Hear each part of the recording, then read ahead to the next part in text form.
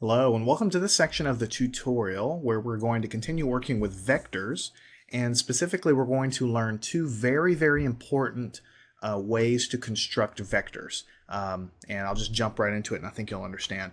Up until now, all of the vectors that we've been constructing, we've basically typed in. I mean, this is the case when you're doing your physics homework and you know that you need a vector 3, 4, 5 or something like that. We've already talked about that. You can type your vectors in, type your elements in, Matlab will accept it. But there are many cases when you need to construct a vector or construct some values that are going to go into a list, which are basically going to go into a vector, but you don't really want to type them all out. Sometimes it might follow, a nice repetitive pattern. And for instance, maybe you want to construct a vector that goes from 0, the minimum value, to 10, maximum value, in increments of 0.1, right? So something like this, for instance. Let's take a vector b and let's go ahead and define it to be the following. We open a bracket just like we normally do, and we'll do something like 0, colon, 3. Let's do a 3, make it a little bit smaller.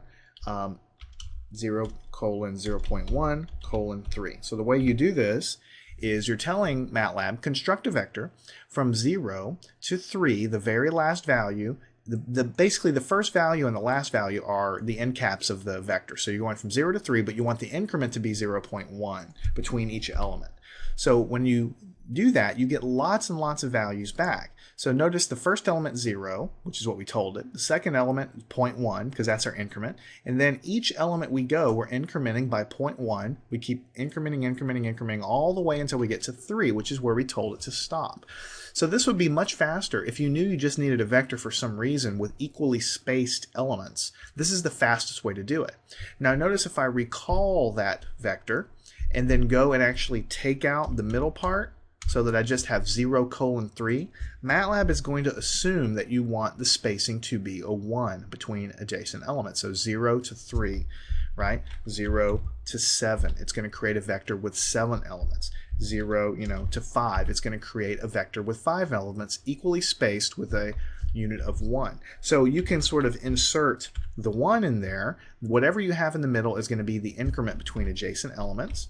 And of course I can change that to something like 0.5. Let me change this to 2 to make it a little bit easier. So now I'm defining a vector. I'm assigning it to variable b. It's going to go from 0 to 2 in increments of 0.5 between each adjacent elements. So I have 0, 0.5, 1, 1.5, and 2.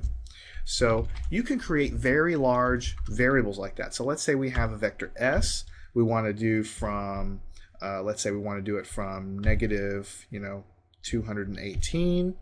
And we want to go in increments of 0.25, and we want to have the last value be negative, 100, something like that. So what we have here, you close it off in a bracket. So now we're creating a vector. The smallest value is going to, or the starting value, I should say, is going to be negative 218. Then we're going to increment by 0.25 each time, counting up until we get to negative 100. So there's a lot of elements here, and you see when you hit enter there, MATLAB gives an entire book of these things back. So if you wanted to do that, for instance, and not actually echo the output out, let me clear the screen just to kind of remind you. If we wanted to define that but not actually echo everything to the screen, this is a great example of when you might want to suppress the output. Just put a semicolon at the end. The definition takes place, everything is done, it just doesn't spill it back to the screen for you. If you look over to your workspace area, variable s is created, the vector s, and it tells you it's 1x 473. What this means is it's one row, 473 columns. Remember what I told you before. Everything's really a matrix in MATLAB. So we're calling in these things vectors that are just basically matrices with one row. So that's why it says it's got one row in this matrix, 473 columns, because that's each little sort of column is every little element that's listed here. Each value is at double precision. That we've already talked about. That's the default thing in MATLAB. If you go over here, it tells you the minimum value in this vector is negative 218. The maximum value is 100.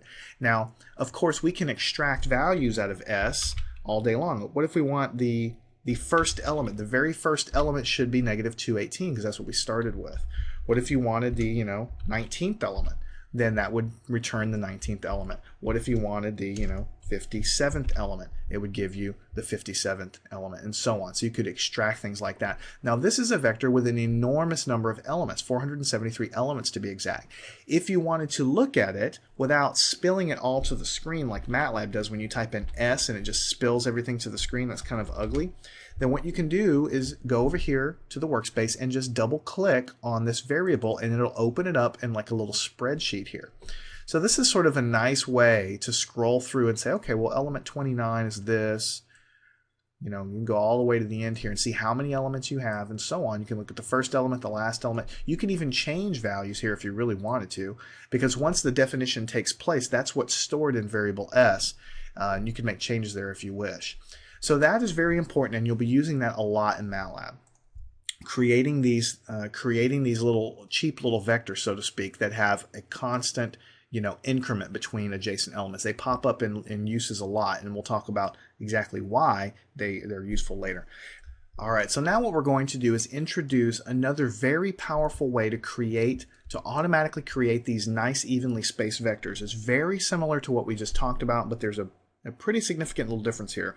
Let's define a variable t, and instead of putting some brackets here and typing in some stuff to increment and create our vector for us, we're going to use a command called linspace. It stands for linear spacing.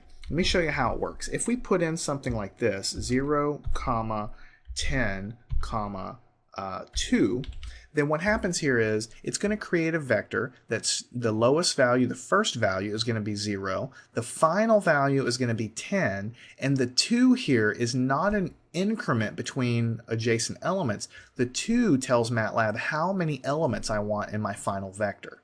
So if I hit enter, Matlab is going to return a vector with only 2 elements because I have a 2 here, and the endpoints are 0 and 10. So it creates a linear spacing between adjacent elements. I think you'll see the pattern if I change this to a 3. So now I have a vector that has 3 evenly spaced elements from 0 to 10. So obviously if I have 0 and 10 as endpoints, I need a third element as per my command here. Then the third element must be evenly spaced in the middle. That would be a 5.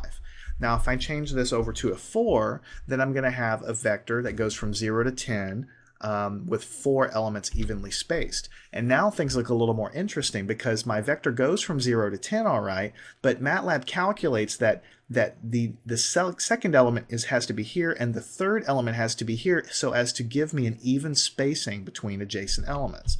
And if I go to 5, you see I'm back to nice numbers again, because if I have 0 to 10 and I chop it into 5 pieces, then I have to have my elements resting here to be evenly spaced. So I think you see the idea here now. When I change it to 7 elements, then basically it's going to chop this interval from 0 to 10 into 7 pieces and try to put the elements into place so that they're all evenly spaced or linearly spaced from one another. So that is another way to create a vector or a listing of numbers, and it just depends on what you're doing, what you might need. In the first case, we're creating a vector like 0, 0.25, 4, something like this. In this case, we're telling Matlab what the increment should be between adjacent elements. We're giving it the endpoints, but we're also telling Matlab, I want you to have 0.25 spacing between the elements. And so Matlab just creates the appropriate number of elements that reach from 0 all the way to 4. Every little increment between each little thing is 0.25 because I specified here in the middle that the increment has to be 0.25.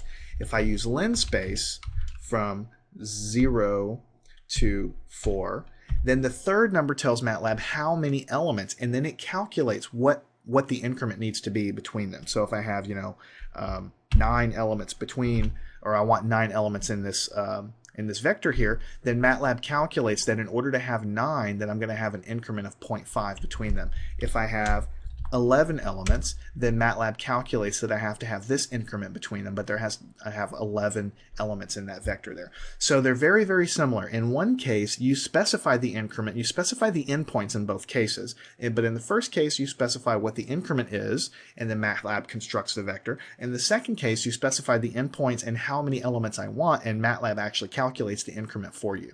So there's various times when you might need to construct a vector. We actually use this when we're plotting functions. When we plot functions later on, we're going to use some of these things. But there's lots of other cases when you might need to create a generic vector to do calculations within the context of MATLAB. So make sure you know how to use these guys. Go back through, use linspace, and use the other methodology that we used to create a vector. Make sure you understand the difference between them. They're very similar, but you might have occasion to use one or the other depending on exactly what you're trying to do.